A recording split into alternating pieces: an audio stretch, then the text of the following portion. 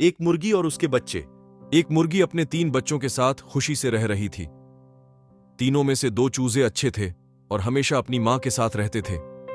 तीसरा चूजा शरारती था। एक दिन जब मां मुर्गी भोजन की तलाश में थी तो उसे एक मक्का दिखाई दिया। तुरंत उसने अपने बच्चों को बुलाया और कहा, भुट्टे मत खाओ, यदि तुम खाओगे तो यह तुम्हारे गले को अवरुद्ध कर देगा। यह सुनकर पहले 2 चूजों ने उस तरफ रुख भी नहीं किया। तीसरा चूजा दौड़ा और मकई को चोंच मारने लगा।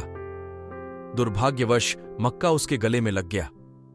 मां मुर्गी ने हिचकी की आवाज सुनी और कुछ देर तक सोचती रही। तुरंत उसने कहा, यहां रहो और मैं थोड़ा पानी लाती हूं, कहीं मत जाओ।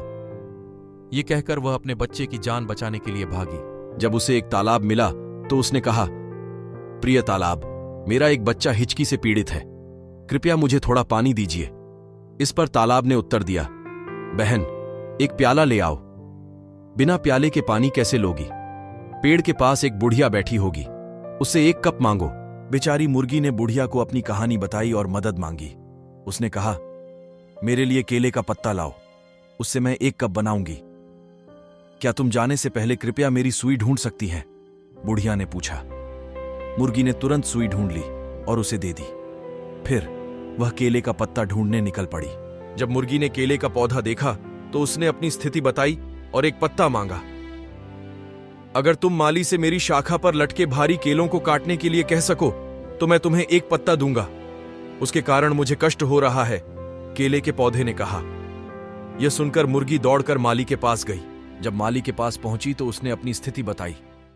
यह सुनकर माली बोला, कितना अफसोस है, मैं तुम्हारी मदद करूंगा लेकिन तुम मुझे 1 सप्ताह के लिए दिए गए अंडे दे दो। मुर्गी ने प्रस्ताव स्वीकार कर लिया और दोनों केले के पौधे के पास गए। माली ने तुरंत केले का गुच्छा काट दिया। केले का पौधा बहुत प्रसन्न हुआ। उसने मुर्गी को 1 पत्ता दिया।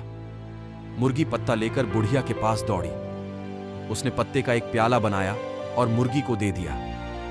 मुर्गी प्याला लेकर तालाब की ओर भागी। तालाब ने प्याला पानी से भर दिया। आखिरकार मुर्गी ने अपने चूजे को पानी दिया। पानी पीने के बाद हिचकी आना बंद हो गई। मुर्गी अपनी चिंता से मुक्त हो गई। चूजे ने अपनी मां से उसे माफ करने के लिए कहा और तब से उसने हमेशा अपनी मां की बात सुनी। कहानी से सीख, हमेशा अपने माता पिता और बड़ों की बात माननी चाहिए।